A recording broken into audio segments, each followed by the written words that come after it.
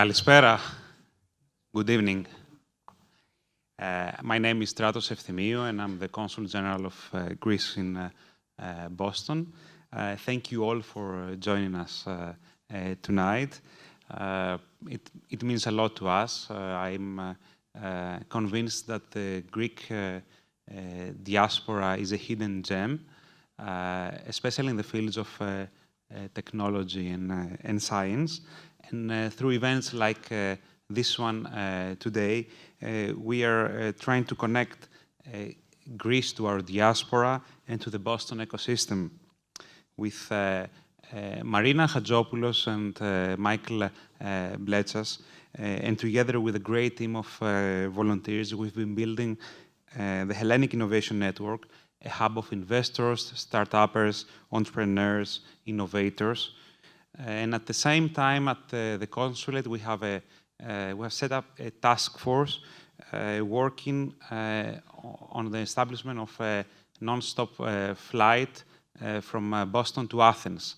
And we are optimistic, and I hope that very soon we will have some good news to share with you. So I would like to express my admiration to Nicolas Negroponte and my appreciation for his support on our networking efforts through his presence tonight. I'd like also to express my gratitude and thanks to Michail Bletsas for hosting us here and making this event possible. Michail Bletsas is the Director of Computing of the MIT Media Lab.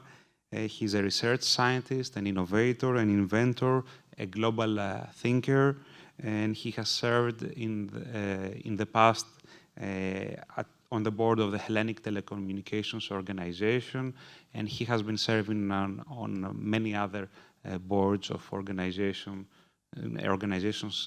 which are trying to promote entrepreneurship and the technological advancement of Greece. So Michail was the first person I met when I came here in Boston 20 months ago, and he has always been extremely helpful, both to me, but most importantly to Greece and to the community here. Thanks to his time, his efforts, his precious advice, the Consulate has improved its capabilities and its services to the citizens. So ευχαριστώ. Michail has worked very closely with Nicolas in a series of projects. Maybe the most emblematic was the one laptop per child. I think that there is something noble and visionary in this project, something which tells a lot about Nicolas's and Michail's values, supporting the democratization of technological literacy, promoting connectivity, placing technology at the service of humanity, combating technological inequalities. I think that these are some very praiseworthy initiatives and humanistic values. So without further ado, please join me in welcoming Michail Bletsas and Nicolas Negroponte. Thank you.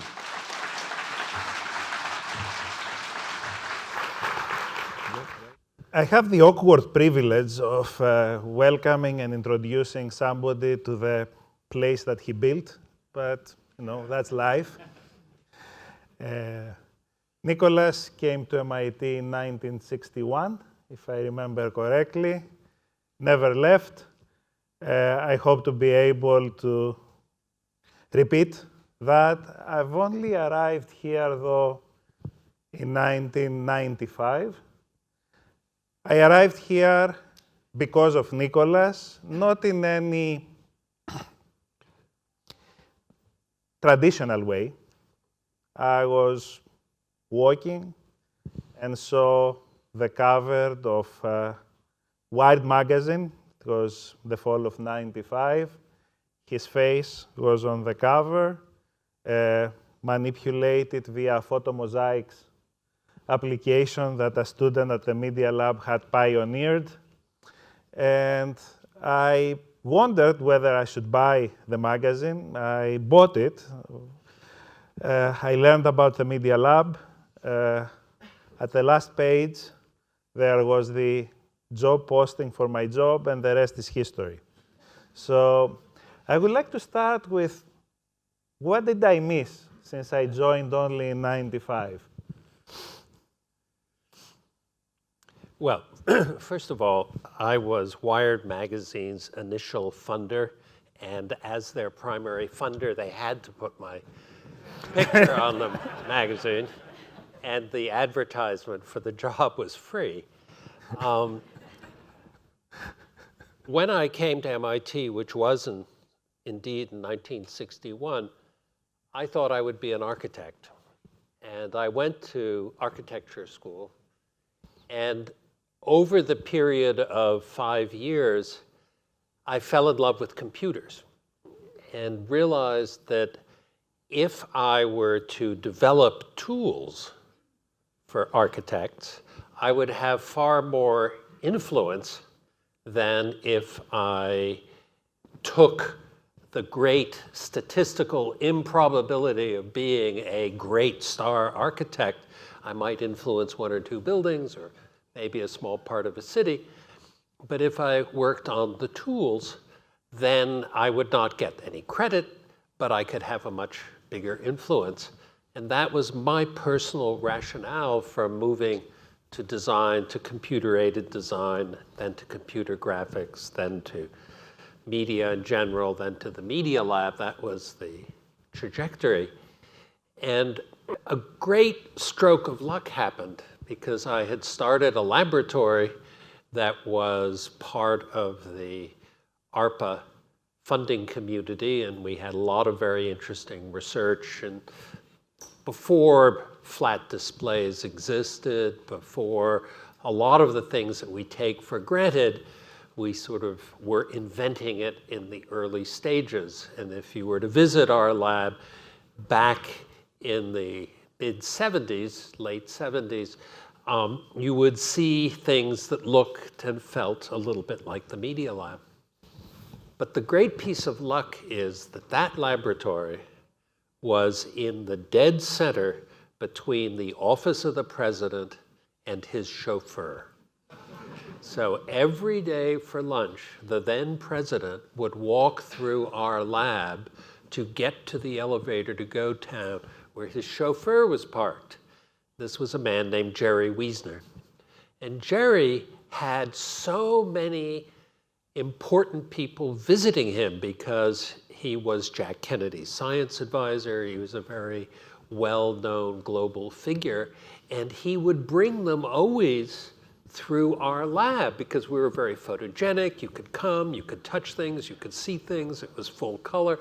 It was very exciting. You could go through the lab in about 3 minutes and see things you've never seen before, which today might look and sound common, but at the time they were breathtaking. I remember showing people things and they would go, oh, they would suck in and they would say, no, you know.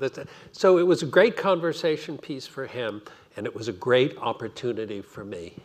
And we got to know each other, and he told me one day, he said, I'm going to retire as president, but I'm not going to become chairman, because usually the president becomes chairman, the chairman becomes chairman emeritus, everybody moves up one. He said, I'm going to go back and do research. But there's no lab. There's no lab I want to be in. And I guess I was quick enough, and I said, Jerry, I'll build you a lab. And that's literally what happened. That's how the Media Lab got started. And we became very good friends, and we raised money to build the first building, and we put in all the bits and pieces. But that's actually the real story. And the other thing that happened, which was a little bit of let me call it luck, I was at the time the academic head of all the arts activities at MIT, which were considered the sissy activities at the Institute. Photography, film, video, environmental art, computer music, computer animation. I mean, come on. And this was back in the early 1980s, and I had two very, very dear personal friends who were considered absolute misfits. One was Marvin Minsky, and the other was Seymour Papert. And that group, with that group, we formed the Media Lab, and we were outcasts. When I went to see the provost at the time and said, I want to bring Seymour Papert into the Media Lab, I expected all sorts of resistance. And he said, be my guest. Take him. Absolutely. Thank you. Take him. And so we were the refuse of the Institute. And Jerry Wiesner was our, not our mascot, but he was our leader and gave us enormous amount of shelter and protection. And so the years you missed were the years where we had to make ourselves respectable and had to be sort of the place people aspired to come to as faculty, as students. And it happened over the first, certainly the lab was 10 years old when you came. It used those 10 years coincident with a lot of things suddenly happening. Personal computers emerged, which they hadn't before. Telecommunications was broken up and divested, and and media companies suddenly realized that they had to become digital, and the digital world was going to change them. So we were also in the right place in the right time, not just because we were between Jerry Wiesner's office and his chauffeur, but because the digital world was nascent, was just exploding. And it wasn't going to be a scientific and technological revolution. It would be driven by the applications and the creative users. That's a long answer, but that's sort of what was going on till you got here. And then everything changed and went downhill since. Well, not quite. I think it took us another 10 years. My first 10 years, I remember that we sort of had to fight within MIT to get respected, maybe. We were still considered, the lunatic fringe, but we had all the acceptance from the outside world and from our companies, our member companies, our sponsors. So I think everybody was looking at us. And then we have the third decade where we really became the establishment, and now we get copied by MIT somehow. And I don't know, it's a little bit uncomfortable. It's never fun to be the establishment. No. No, you don't want to be. And now MIT has this effort called the College of Computing. It's been forming as we speak. Nobody knows exactly what final form it will take, but it seems to me like it is the Media Lab only trying to have a wider application domain.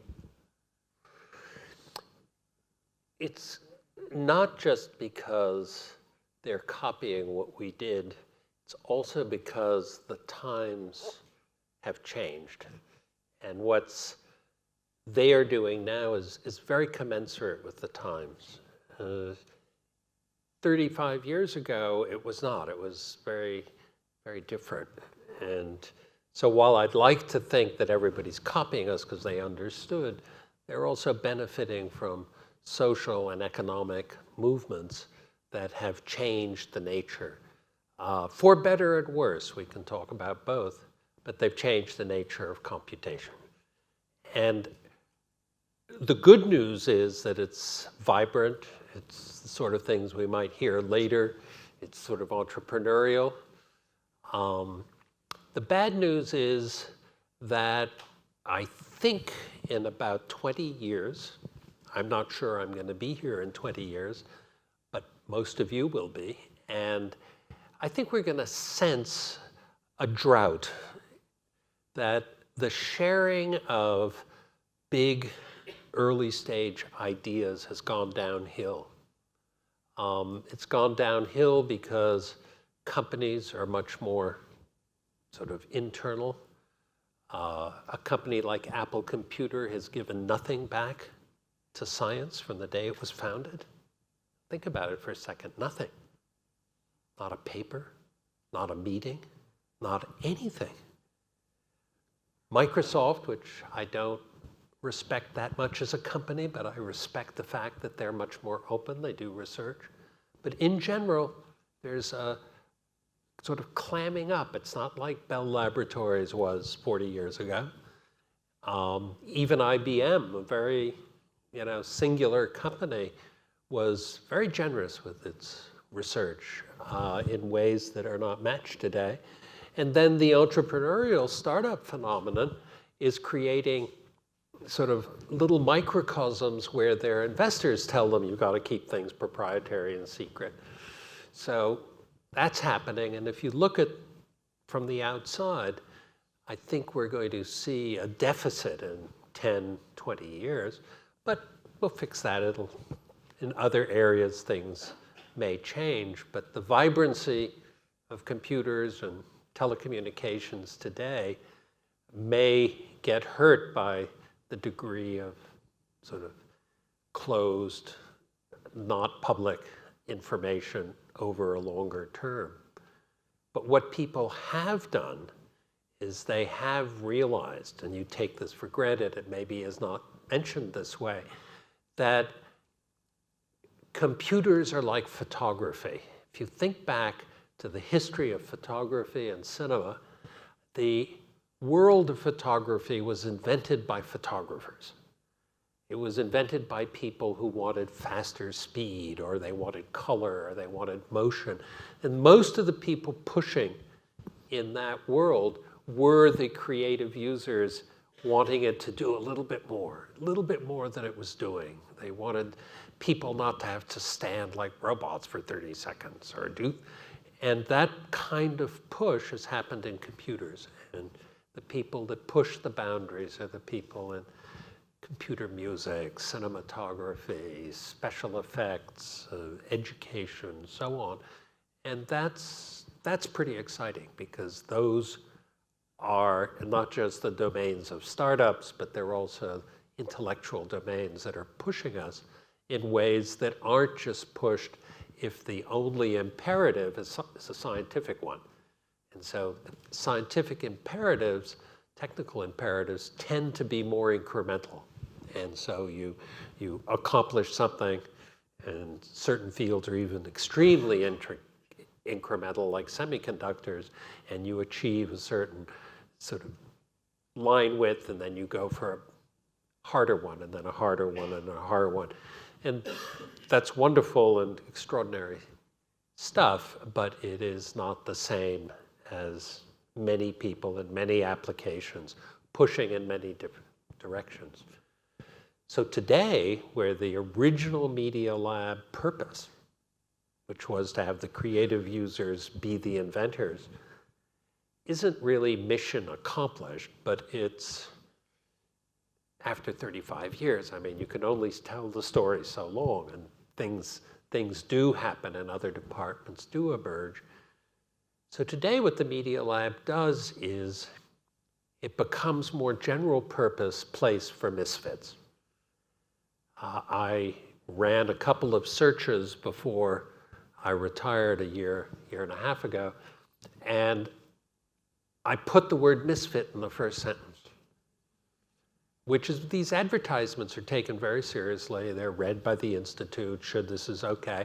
And I would say, if you're a misfit, apply here. And then even further down, I said, if you can get a faculty position anywhere else, take it, okay?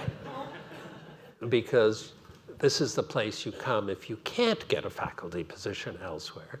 So that's not the only requirement, but we really want to be a place where the people who come are the people who are in some way idiosyncratic. And it's happened a few times, not many, it's happened 4 times to be precise, where somebody comes in to us, though they should have been accepted by some other department, but they come in through us, then they work on their whatever for 7 years, which is rough when you come up for tenure, and the field that they should have come in is moved as well, maybe because of or partly because of their work, and then they get tenure in that department.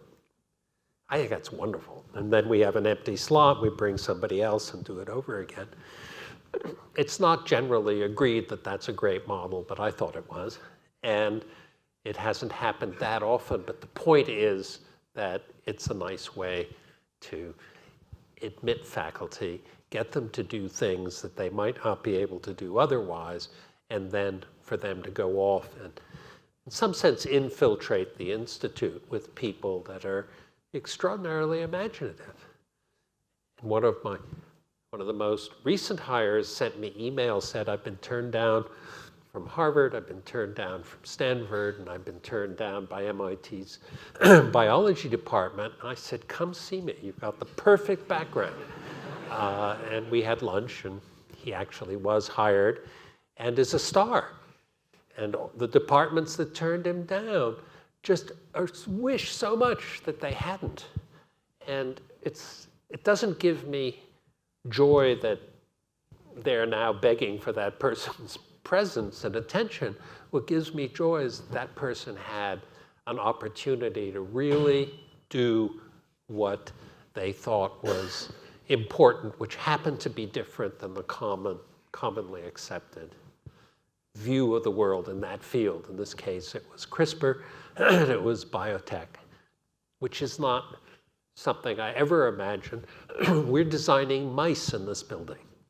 I never thought, when Jerry Wiesner walked through my lab away to the chauffeur, we didn't have mice in the lab. Well, we might have had mice for other reasons, but we weren't designing them. And now we're designing them, and I thought, wow, I didn't think of that. I didn't think of it at the time, but I'm very proud of it now. And it's in keeping, and it makes sense. But if I told you at the beginning, and you asked me to give a talk, and I say, we have a mouse design program, and here's what our mice do, and why we have genetically modified them, and what the purpose is, and then ask you, are these real mice, or are they artificial, are they alive, are they animal, are they little computers?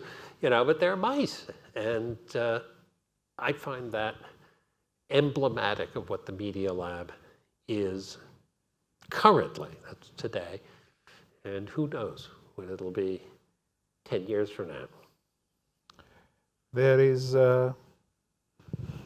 We are going through an inflection point, it seems, though, in computing. Moore's law, for all practical purposes, is dead.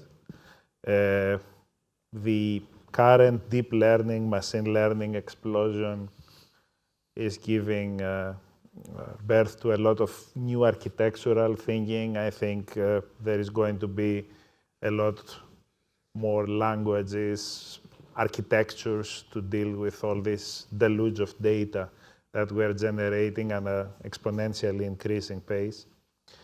However, what I also see at the lab is that we are expanding to many more areas. Where do you think that there are some benefits in clustering people to work together? I think that's what we have missed in the recent years. We have people that are their own group. They don't work with other groups. That has been my biggest sort of...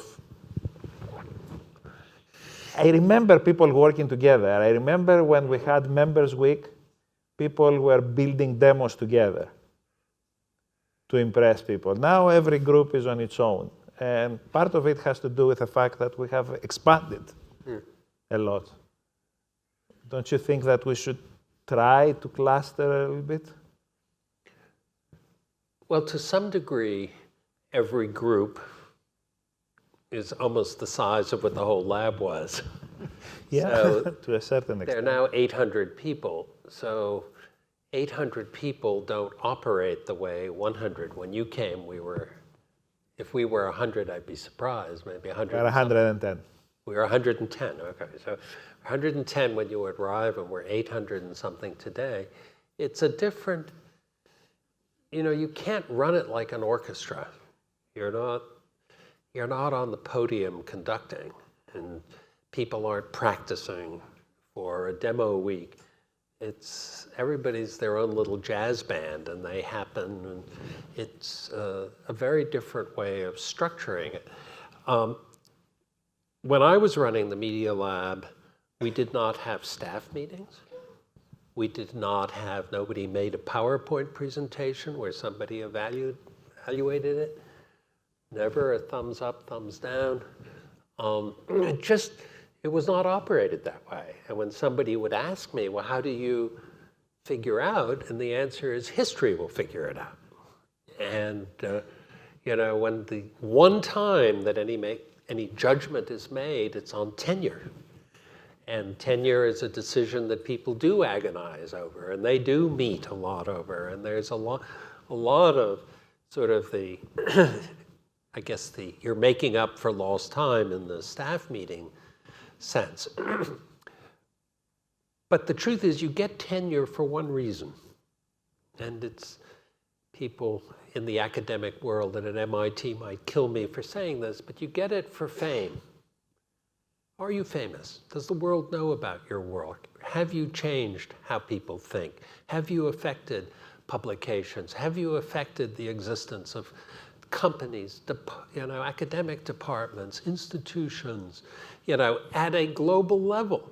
You can't just do it at a national or domestic level. It has to be at the global scale. And if your publications aren't coming out in multiple languages, that's a negative. And you sort of look at it that way. And it's a sort of odd thing to say, because here we are so informal the way we admit people, and then you have this one, call it an inflection point, which, if I could change anything in the academic world, is I would get rid of tenure. I don't think it's a good idea. I think it's outdated. But given that you have to play by those rules at the institutional level, we do, and that is a very specific point in a person's career. And, that is the only time we do what might be thought of as a more rigorous approach to management or to how you run an operation. Our former CFO is in the room, so he's going to smile when he hears this. But I didn't even want budgets. The idea that somebody would have a budget, wow, what a stupid idea. Because then you might want to spend it at the end of the year if you had money left over. Or you might not want to spend money on something that was really important and creative because it wasn't in your damn budget. So it worked a little bit that way. It's changed now, partly because the size is such that it has to. And we're doing fine with the change. No complaints. We learned that actually budgets have some utility, the hard way, around 2000. But let's leave that decade behind us. It was, we learned why budgets are important. Okay. Year is 2005. Actually, year is 2004. And you are testing the idea. We are in Greece together again in some stupid World Congress on Information Technology. Anyway, and you test the idea of the one laptop per child. Probably the most interesting thing I've ever worked in my life. What came out of it, in your opinion? What are the main things that we should be proud about it? Well, we should be proud of something that almost nobody knows. No press was written about it, or no stories about it. And I don't know how much you and I have talked about it. But when we started One Laptop Per Child, the name of which says the story, we decided to build a very, very low-cost, child-centric machine that had many properties that I'm still very proud of today. And we were able to distribute almost 3 million of them in the first, there was a commitment for 3 million like in the first year. It took a while to do them, but what was important was the number 3 million. Not because 3 is better than 4 or 2, but because it was a relatively big number, and there was a factory on mainland China, and there was a design team in Taiwan. You could push the button and get 100,000 laptops per week. And if you really pushed the button hard, you could get 200,000 per week, which was relatively significant number. Enough of them had been delivered that we had a certain credibility. And at the time, it was Brazil. It was at least I was dedicating a lot of time to Brazil. And it was when President Lula was the president. And I said to him, because he was going to buy 1 million laptops, and you don't say, I like Michail Bletsas and Nicolas Negroponte, so here's an order for 1 million laptops. You have to write a tender, and there's a bid process, and all the things. I said to him, let us help you write the tender. And we'll bid on it. I'm not designing it for ourselves, but what we'll do is we'll publish the price in the newspapers. We'll publish the price that we are going to bid 2 weeks or 3 weeks before the tender is due, which is not normal because you usually do that in great secret. Sort of the cheapest one it wins. In the case of Brazil, it's always the cheapest. There are no other. It's always the money. So we published our price, which, as I recollect, was $179 because it included service and spare parts and other things. And the winner, the person who got the order for 1 million laptops, won it for $180, $1 more. And I thought, wow, what a wonderful way to get laptops into the hands of kids. We didn't need to build them, and we didn't need to sell any, and it didn't make any difference, in some sense, whose laptop. Ours was better, but still. And so this happened again and again and again, and we kept publishing the laptops. And it's not clear how many got into kids' hands as a consequence of this. Was it 10 million or 20 million? I don't know. I've heard much higher estimates. But that was the secret. That was what made it, in some sense, far more interesting, because you didn't really have to sell laptops. Now, there was a group already within 1 laptop per child who were treating it a little bit too much like a business, but it was still, as a general ethos, I think, a very important one. And so I look back at that with great fondness, and hindsight has been very kind to the project, because at the time it was highly criticized, but now stories I read about it and people talking about it in hindsight do it with far more affection today than they had 15 years ago, that's for sure. But that's okay. It had its effect, and I put into my news alert the phrase 1 laptop per child, and I get 3 or 4 news stories a day. And those stories are clearly not about our laptop, but just the idea. And it's stories not from the United States, it's stories from all over the world. And again, as a concept, I'm very proud of it. And you don't have to do it yourself all the time. And I think that was a key result. It was actually an exercise in finding the right balance. I mean, we had to do enough. You had to do the first 3 million, yes. so you had credibility. You have to do enough so that you get credibility, yeah. But afterwards you didn't have to build them anymore. The interesting thing is that, remember, when we had our initial discussions, you were affected by your efforts in Cambodia. Getting internet to that school was it was quite straightforward. Back then, the laptops were the expensive part. It seems that we have gone the other way around right now. Devices are getting to be affordable. Not the devices that I would like to have, but anyway, I mean, people seem to be focusing on tablets these days, but internet penetration has stopped. Yeah, it's worse. It has slowed down a lot. Yeah. And not only has slowed down a lot, but people have completely missed what is the internet. I think most people think that the internet is Facebook and Twitter and social media these days, where most of the people get most of their content through these days. And it's quite dystopian already. I never thought that I would say that, spending all of my life, promoting internet access, and then you promote internet access so that people can get to Facebook.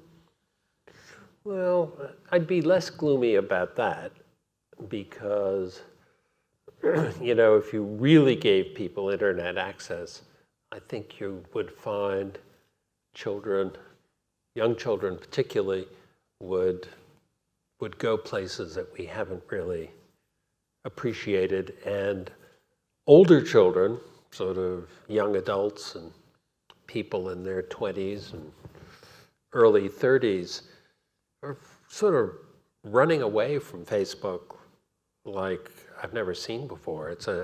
I don't know too many 27, 28-year-olds on Facebook anymore. Most of them seem to have left. The part that I am concerned about is that so many people have made so much money on telecommunications. And I don't mean just shareholders, I mean just people who have done telecommunications, particularly in the developed world. Go look at who are the 10 richest people in Africa, and 9 of them made it in telecommunications. Look at the 100 richest people in the world who, now there's some older industries in there, but half of them made it directly or indirectly in telecommunications. A very lucrative commercial opportunity. And at the same time, it's a civic opportunity. It's sort of where the future of learning is. It's where you can actually do things that would be more in what I would consider part of human rights doctrine rather than sort of entrepreneurship and building another system that we're going to measure by average revenue per user. And that's not happening fast enough. People like the United Nations and its various subsidiaries are basically voices for industry. They are not voices for education, human rights, elevating the world. They really are, they deeply believe and promote the private sector, which has its enormous purposes obvious to everybody in this room, but there's a civic side that has been forgotten. And there's certain things you do as part of a society that make the whole society better. And I think personally that telecommunications is moving from one side of that equation to the other. And that the side that has to do with, I would call, making civic society better is losing ground at the moment. It's just not getting the support it should get. In the United States, for example, there are even some states passing laws against cities providing free Wi-Fi for their citizens. That's shameless. If a city wants to provide free Wi-Fi for its citizens, good for them. It's like a park, it's like a library, it's part of that. And to actually create laws that make that not possible seems to me, just wrong-minded. And I can give other examples, but I'd like to see more on the civic side, especially in the developing world. We are here be followed by the representatives from 5 Greek startups. You have been, most people don't realize, but you have been an extremely successful overall, given your life track record, investor, very early investor, like pre-alpha, seed? Yeah, it depends how you measure success. Don't do what I do, okay? The net of my whole life of investing is zero. At least it's not negative. But it's, I've invested in 60 or 70 companies personally or as part of a little group. And I would say less than 1 in 20 have been remotely successful. So those are very bad batting averages. But on the other hand, it was very exciting. And for me, I found it, that it was the space between the Media Lab and industry. Our sponsors were big companies. Our students and faculty were doing very initial research. So this was a taste of the space in between. And I would fund things like Segway. There's a stupid idea. And it wasn't a stupid idea, but the person who invented it did it, in a way that wasn't so good. But, it was well known. If you graduated from the Media Lab, you could come into my office and in 5 minutes walk out with $50,000. And, you do that 20 times, and it sort of adds up to real money. And then you do well in something that lets the next 20 people come in and ask for $50,000. And so it was a little bit of a self-generating process where I only made money twice in my life. Once, believe it or not, on Wired magazine. It turned out to be very successful, and once on a Chinese startup that became a pretty big web provider or internet provider in China. So they sort of finance the other things. But it was wonderful to do it. I don't regret it at all. And what I learned is, I learned it too late. If your measure is economic success, which was sort of not mine was much more into, the quality of the idea. So I was a terrible, you didn't want to give me your money to invest because I was really interested in the ideas. But if you were just interested in making money and being successful in that sense, you could spot the person independent of the idea. That the person, the winners, if you will, in that sense, were totally identified, independent of their idea. And I thought, wow, that's pretty amazing. And I ran into it recently. A couple of Harvard students came with an idea. And it almost didn't matter what they're doing. And in fact, what they're doing isn't so interesting and important, but they're doing very well. So it's kind of funny, because we spend so much time on the idea, which I did for a different reason. I loved the ideas. And in the end, it's the people.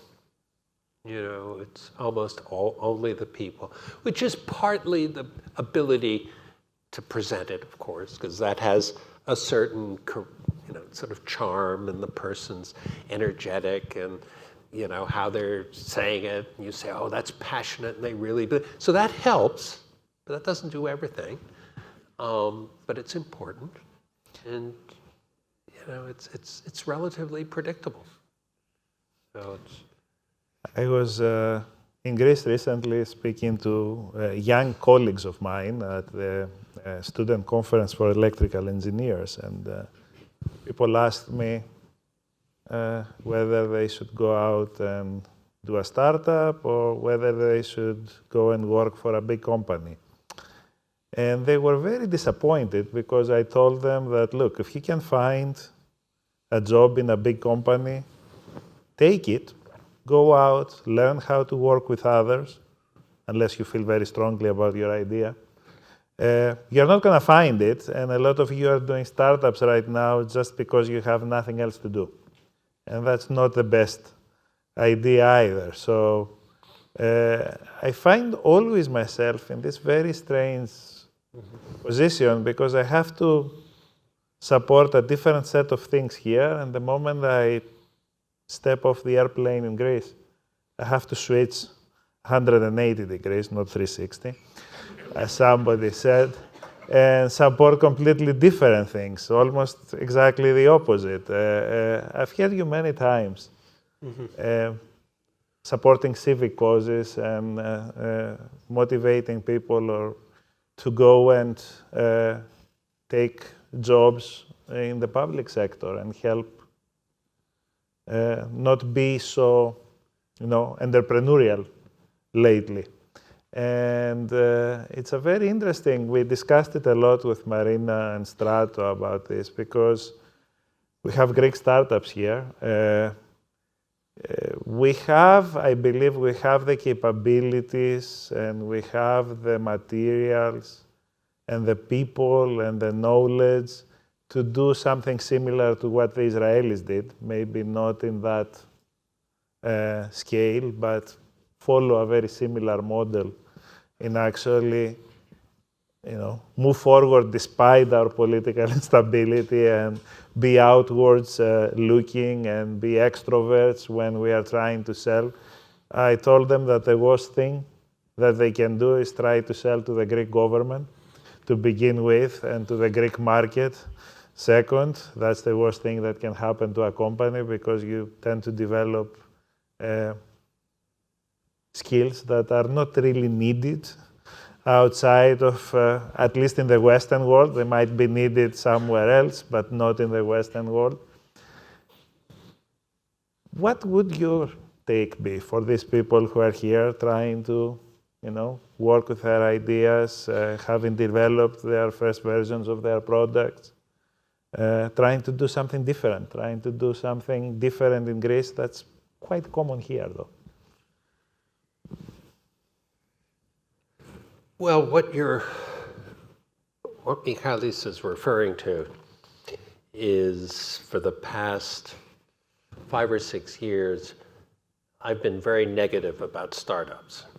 And I've been negative because I thought they were sucking big thinking out of the community, whether it's corporate or academic, and that I saw very smart people who discovered the cost of entry was low and a girlfriend and boyfriend could work at home after things and develop an app and a company or their friends, and it was kind of cool, and you didn't report to anybody, and you had but as that developed, and as soon as you got an investor, some angel investor, the new F word is focus.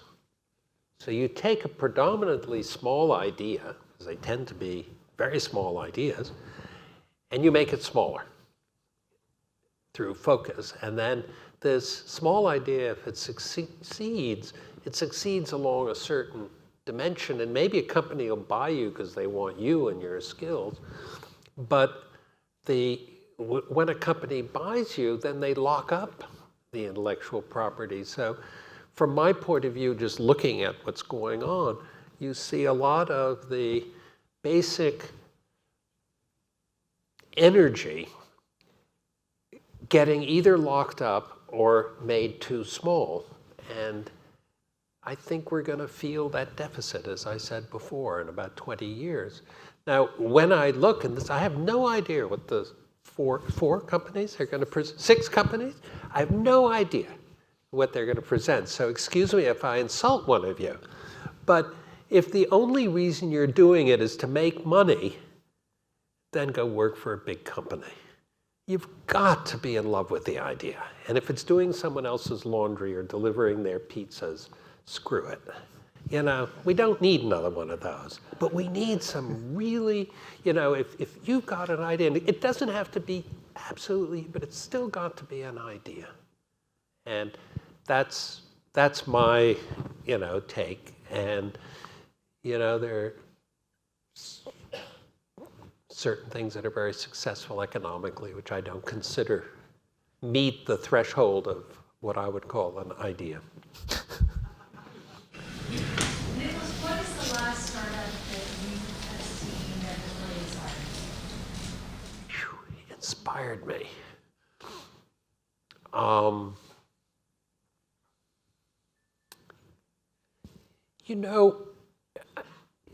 It hasn't recently been the startup as much as the people. You know, they come in and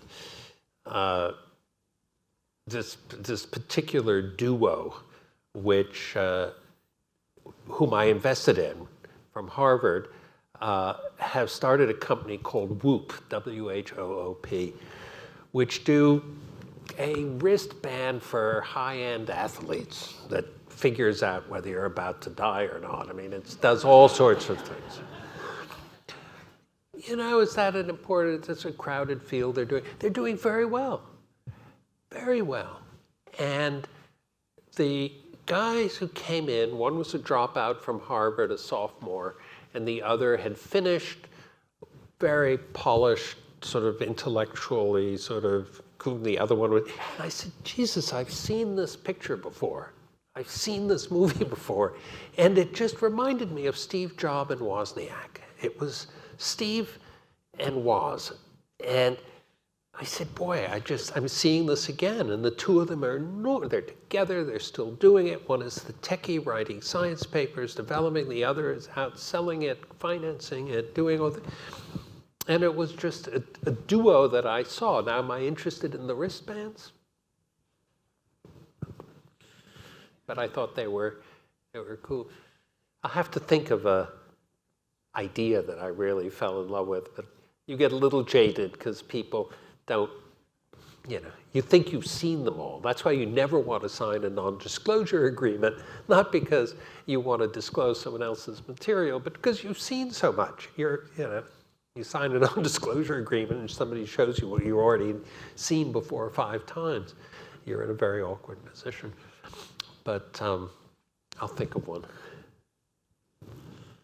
And with that, I think we can be, very prompt Greeks. Should we take some questions or should we move? We should take some questions if there are some questions.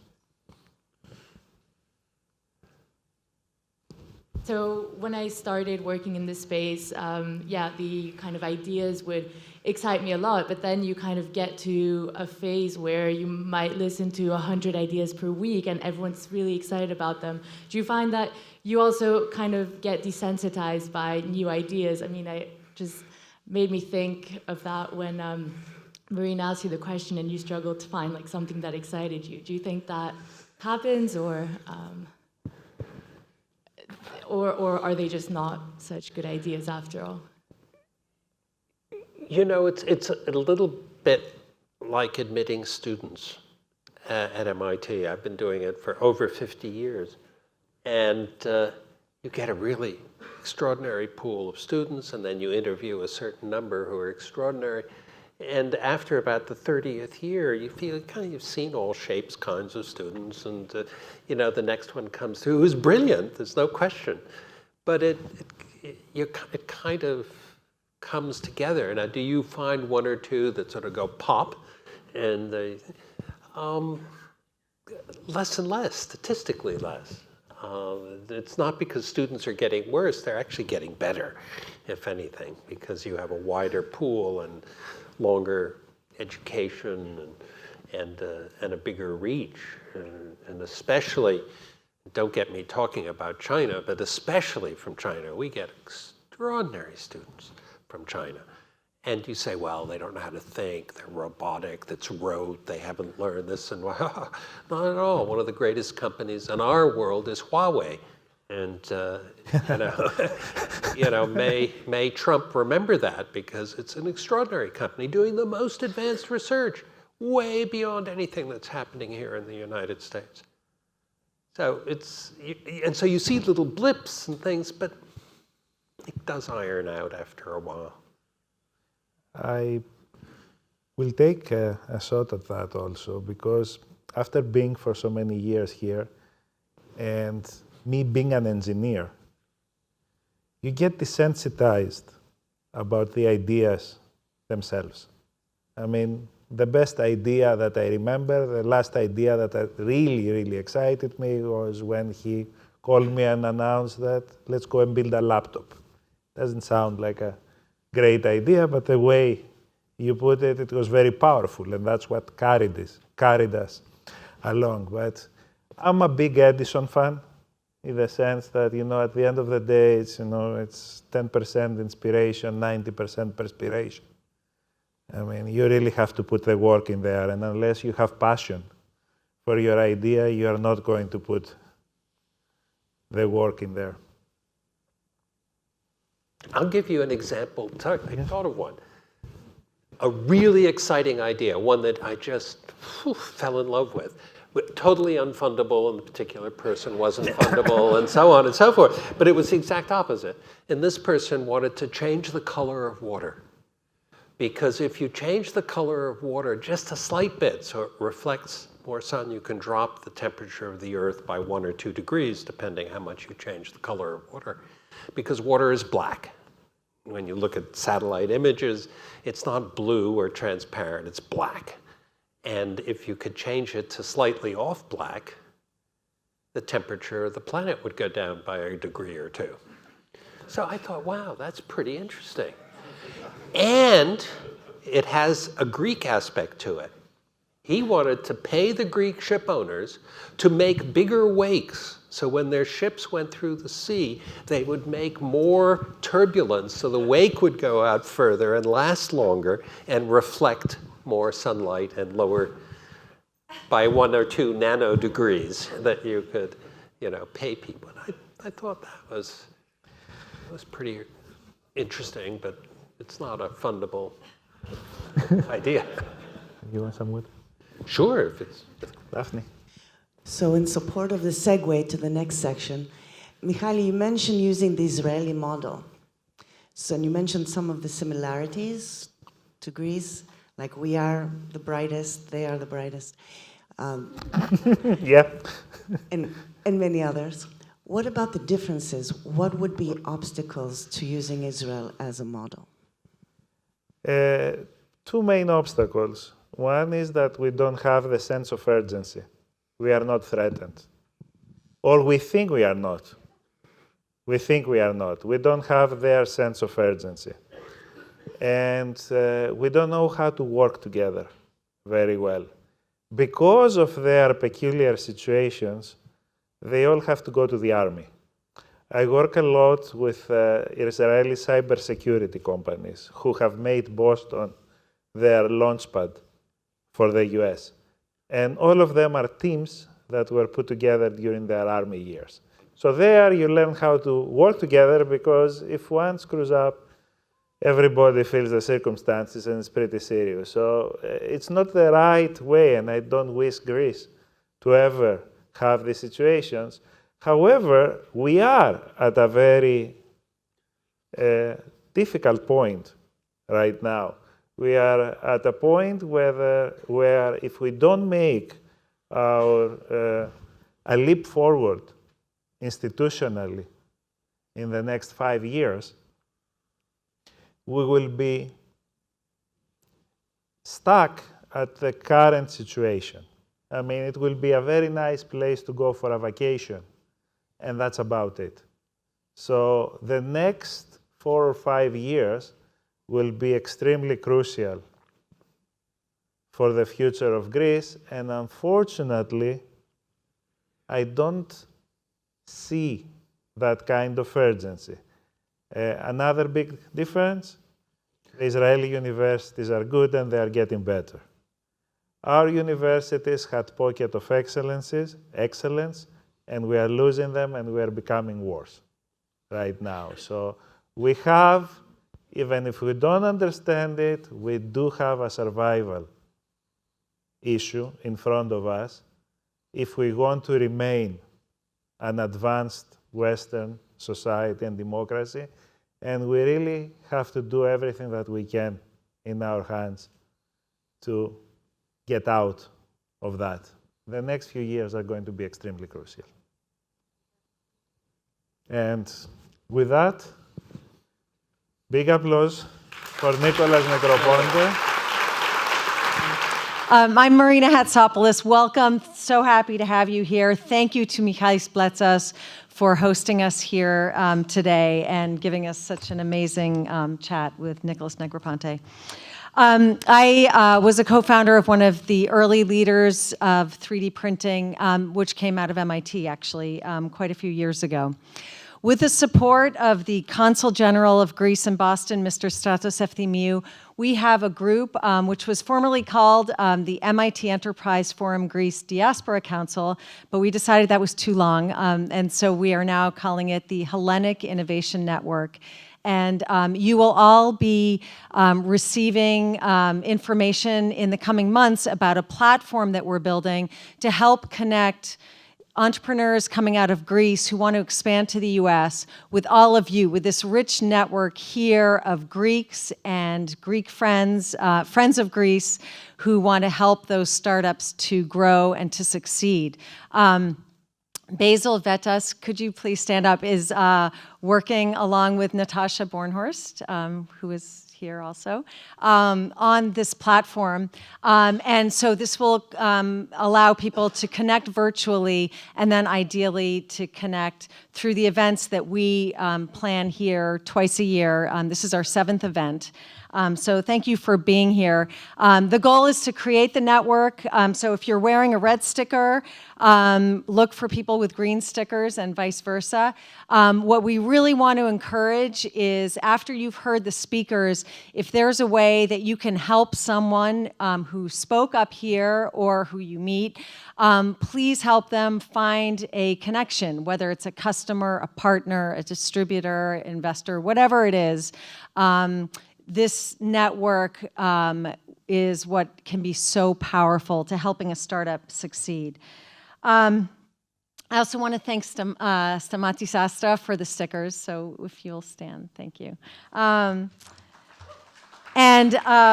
before we get to the pitches, which we will do very quickly, Vasilis Papakonstantinou from MIT Enterprise Forum Greece will tell you a little bit about the organization. Hi, Marina. Thank you for the invitation. It's a great pleasure to be here and work with the Greek Consulate in co-organizing this event, which is meant to build bridges between the Greek tech ecosystem and the global diaspora. MIT Enterprise Forum started obviously from MIT here, and the Greek chapter focuses exclusively on startups, technology-driven startups. We are very keen in helping, especially ventures coming out of the Greek research laboratories. The programs that we organize, and I had the pleasure of having them all the time up there, so I'm sure you've read them, are grouped in 4 categories that are designed to address the needs of the different focus groups that we have. The events like this one are meant to inspire and connect. Events like the hands-on workshop that we are planning on July 1st, the Lab to Market, are designed to help aspiring entrepreneurs learn the opportunities and the challenges they're going to face. And the Tech Insider Club is an effort to help business executives and investors in Greece to understand technology better so they can have more efficient discussions with technology startups.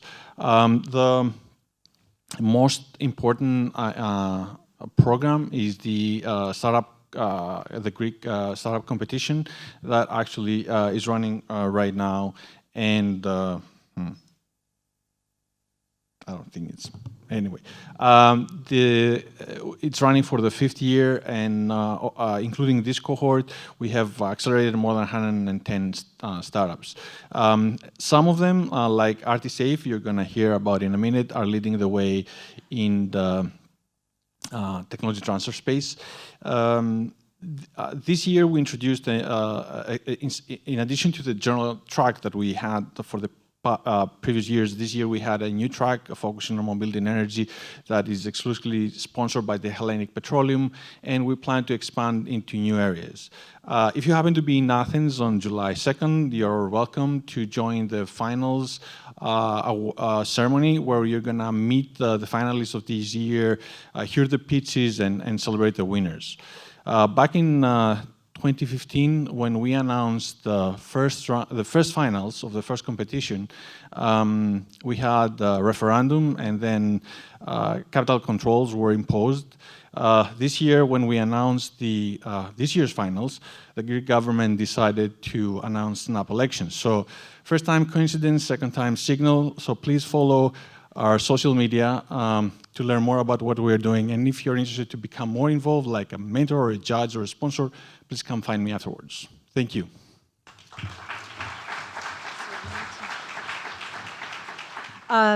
Okay, so one quick thing to let you know about what's happening in Greece by way of context, because the landscape has changed dramatically over the last year.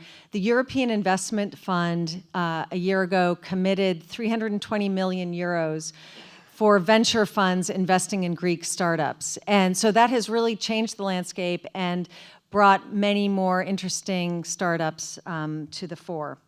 I want to let you know we're going to have all of our 6 presenters present one after another, boom, boom, boom, very quickly, and we will do a Q&A at the end. So save your questions for after. So without further ado, Bill Janukos from Pineapple. Thank you.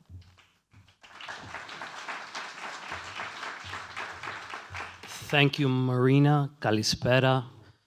Unfortunately for me, Nicolas Negroponte is going to hate my app idea. We're building a pizza and laundry delivery service combined. Just kidding. So, my name is Bill Janukos. A little bit different than the rest of the presenters. My story is one of a Greek American who's been a technologist for the last 20 years in the Boston area.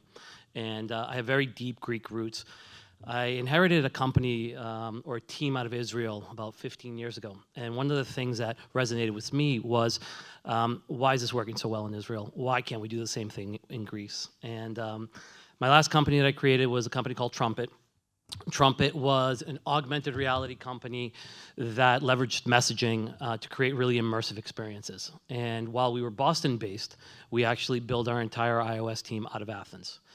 This was a great success for us. It leveraged the deep talent pool that we were able to get in Greece, plus economically it was fantastic. And I felt civic responsibility to build this team out of Athens. We ended up selling this company to Wayfair, which is the largest technology company in Boston. And we had built such a great team that all 3 of our iOS engineers were offered full-time employment in the German offices. And one of them was actually asked to be the head of Wayfair Mobile, which was a great honor and highly rewarded position. Unfortunately, no Greek wanted to go move to Berlin. The weather wasn't as good as it was in Mykonos in the summer. So we have a really close bond with that team, and we're really excited to continue. After spending 2 years at Wayfair, I wanted to solve a personal mission, and the mission that we wanted to solve was around improving health and wellness outcomes. So my last co-founder at Trumpet, Carl Neiman, and I had a really passion about trying to improve these outcomes. Our vision is that we think healthcare for non-critical conditions is broken today in the United States. We lack access and time to medical professionals. We don't have access to neither physicians, and the pharmacists working at CVS are not really available to help us out throughout the store. So what we're doing is we're building an e-commerce platform that allows you, leveraging augmented artificial intelligence, that allows you to get a custom personalized health and wellness solution. So we help you through the advice phase to the buy phase to the support phase of the company. We're in a unique position today. We ended up finalizing our first seed round last week. We ended up raising 3.5 million. Today, I'm here to ask for help around making connections in Greece. We are looking for full stack engineers that could help us out, but we're also building a custom call center that's going to be staffed by pharmacists and medical professionals. We think this is going to be a real differentiator for us, and we're looking to make connections there with both pharmacists and call center providers like Teleperformance. Thank you.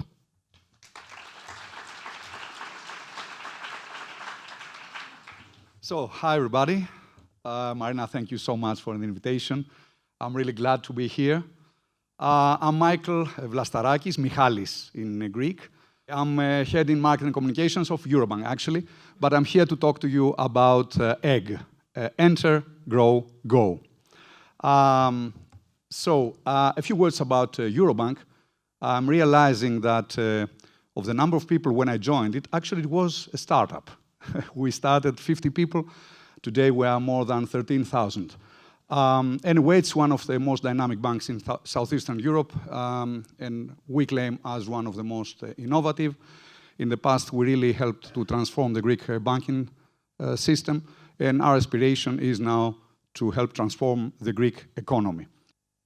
But I'm here, as I told you, to talk to you today about egg. So we decided to make an impact back at the peak of the Greek crisis 6 years ago, back in 2012, 2013, and do something to help the young people, and especially those who left massively the country. So it was an initiative against brain drain, and we are happy that we did something against it till today. So actually we run an incubator and an accelerator for 6 years. The footprint so far is more than 700 entrepreneurs, more than 100 companies operating out there. They have raised, 40 of them have raised some funds, more than 10 million, which actually for Greece is quite an important amount. And we recently launched a scale-up platform for the more mature startups, mainly trying to connect them, to connect the research, which we believe that is at high standards in Greece, to markets and investors. Our next initiative is a crowd equity platform and crowdfunding equity platform. And actually the aspiration there is for promising startups to give them access to a broader investor base, not only in Greece, but internationally as well. So why we're here? Why am I here? For 2 reasons. One is I believe that Greek academia is of really high standards. I really believe that there are skills there in this tiny country, which had a dramatic crisis over the last years, but skills are there. And either out of necessity or really out of unique skills, they became extrovert recently. So I believe it's high time to connect these skills to international investors and not only the local ones. What we're trying to do is to connect these people, to connect these teams with the international opportunities. So either investors, incubators, accelerators, and especially the US ones are of top scale. And of course, the MIT startup ecosystem, which is one of the best all over the world. Greek academia is strong. Greek academia is strong even in this country. Some statistics say that relative to our size, we might be either the first or the second strongest academia in this country, in these universities, not back in the small, tiny Greece. The second reason I'm here is actually one of very good examples of what we're trying to do there is Herado.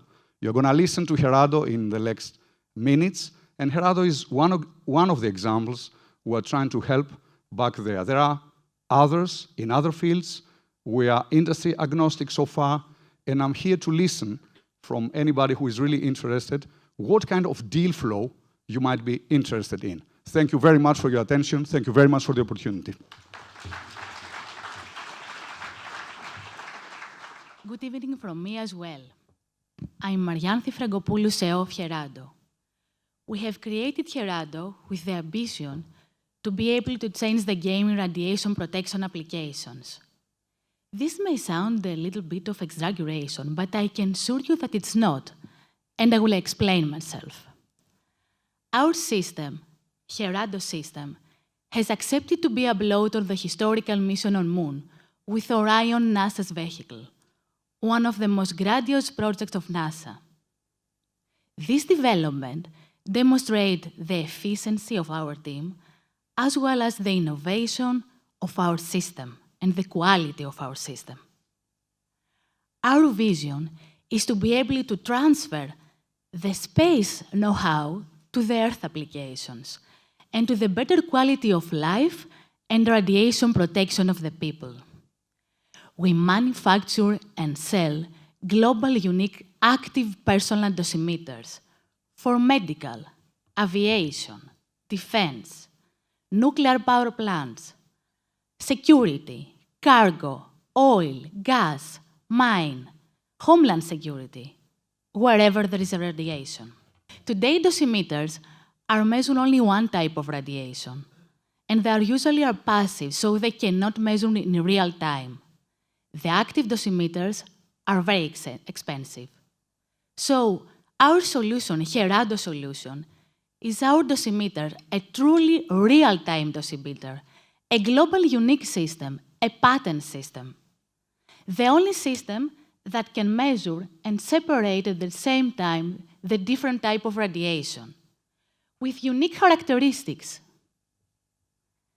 A system that is be able to be handled on a laptop, iPhone, or tablet. The user can monitor the information on that.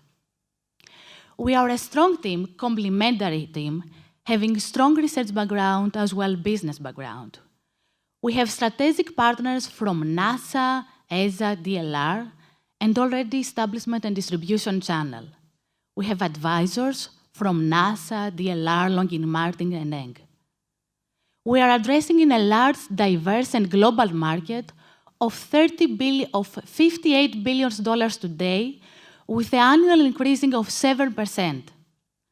According to the predictions, the active dosimeter systems, the market for the active dosimeter system, is planning to be $22 billion according to 2022.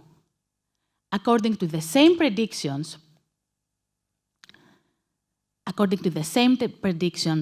the active dosimeters is the future and is the correct timing to be invested on that. Thank you very much for your time. Good evening, everybody. Thank you very much. Marina, thank you very much for your invitation. It's nice to see some familiar faces amongst you. My name is George Haliotis. I am the CEO of Mediline Isothermal Solutions USA. We are not actually a startup because we were founded many years ago back in Greece, but we are working as a startup here in the US. What we do is we do insulated zippers for the safe transportation of thermosensitive drugs, pharmaceuticals for the pharma market. The problem on the market is that most of our competitors are making molded products, molded zippers.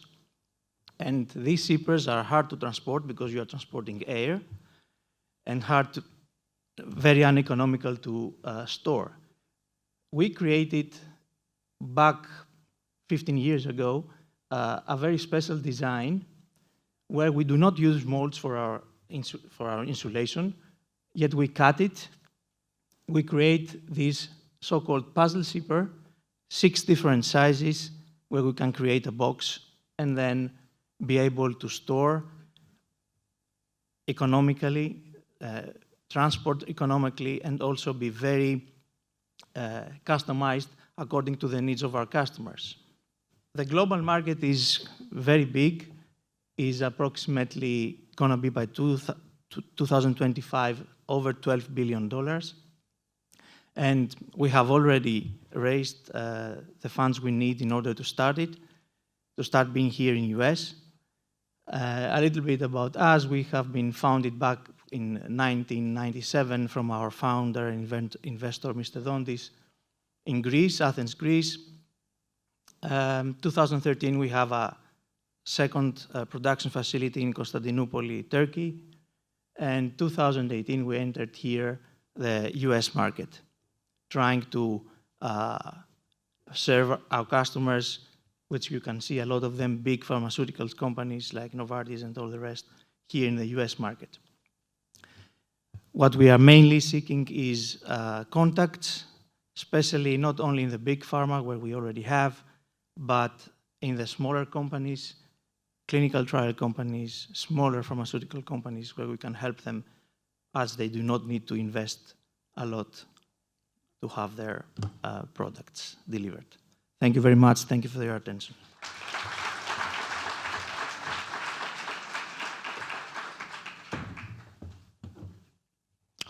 Hello, everyone.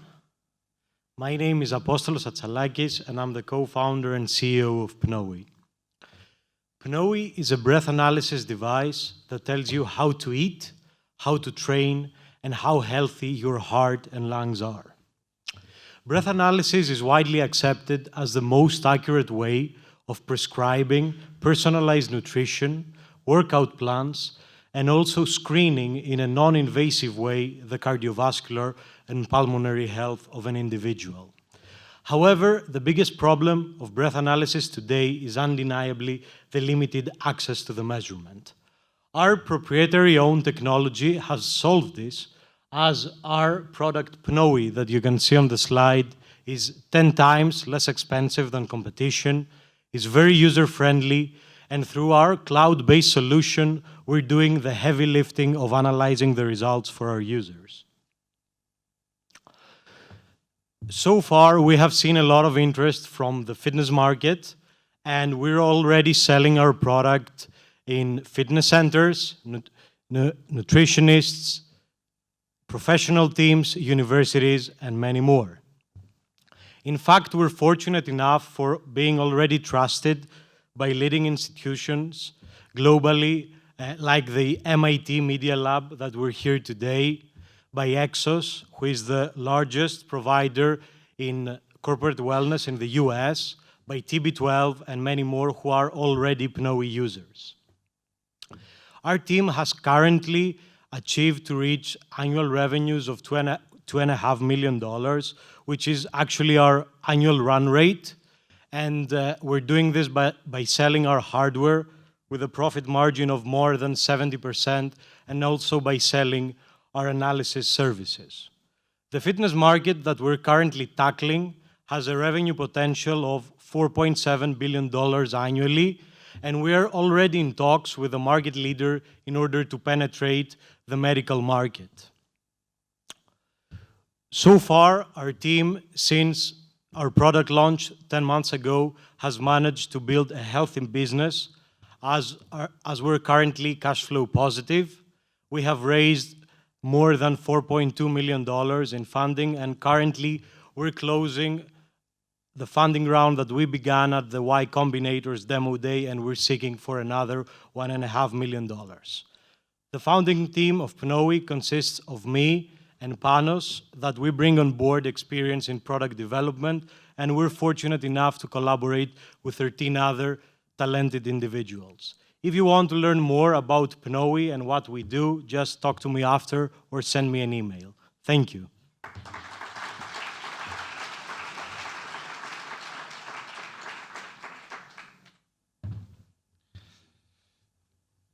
Good afternoon from my end. Thank you so much for the invitation. It's a true honor for me to be here. And thank you too so much for the inspiring discussion earlier. So I am Vangelis Papas. I am a professor of medical physics in the University of West Attica in Athens and the founder of RTSafe. Actually, MIT is like a family to us because RTSafe was the first prize winner during the first MIT Enterprise Forum competition back in 2015. So let's see in brief what RTSafe does. So RTSafe actually improves the quality of life and potentially prolongs the life of brain cancer patients by enhancing the safety and efficiency of their radiation treatments. So we are doing that actually by harnessing the combined added value of 3D printing and gel radiation dosimetry. So we have introduced globally the concept of individualized care in radiation oncology. And in few words, for every patient that has a brain tumor, RTSafe can build in 2 working days a perfect replica of that patient in terms of interaction with radiation. So we are building actual human heads, and we are calling them pseudo-patients. They are having skin, bone structure, and soft tissue that mimics the true patient that interacts with radiation and detects radiation. So at the end of the day, we are mailing the pseudo-patient to the clinic, and the medical staff can do all the tests, the actual treatment, as if it is the living patient, fine-tune and improve the whole treatment for these patients. And these patients are more than 4 million per year globally that they can benefit from our technology. They can experience a personalized quality assurance for the treatment. More or less, the market is around 7 billion. And so far, we are the first and only company that offer this service.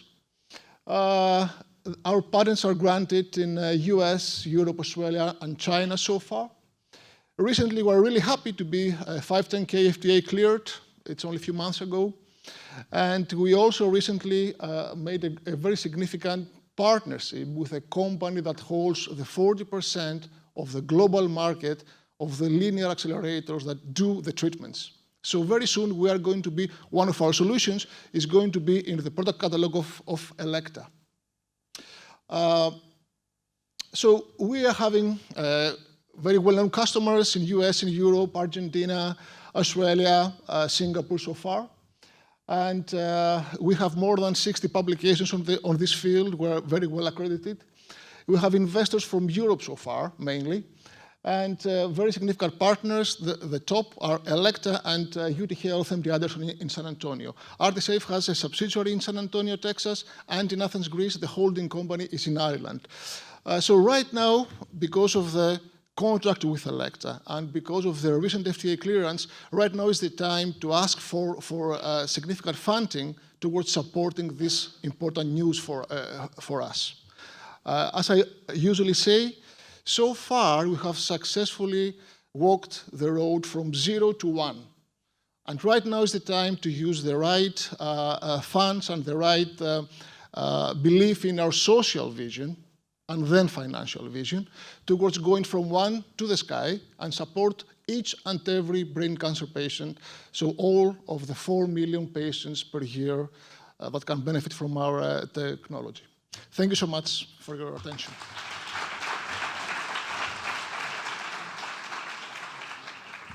So we've gotten a little bit late. So instead of Q&A, please find the speakers during the networking event after. As you can see, Greek startups take lots of shapes and forms, headquartered here or there, founders who are born here or there, leveraging resources here and there. So we hope you have a sense for the technical talent and the entrepreneurial spirit that is changing the shape of Greece today and providing a really hopeful, bright light within this country. So thank you all for coming, and I hope you found some things that were of interest to you, and please make sure to find the speakers afterwards.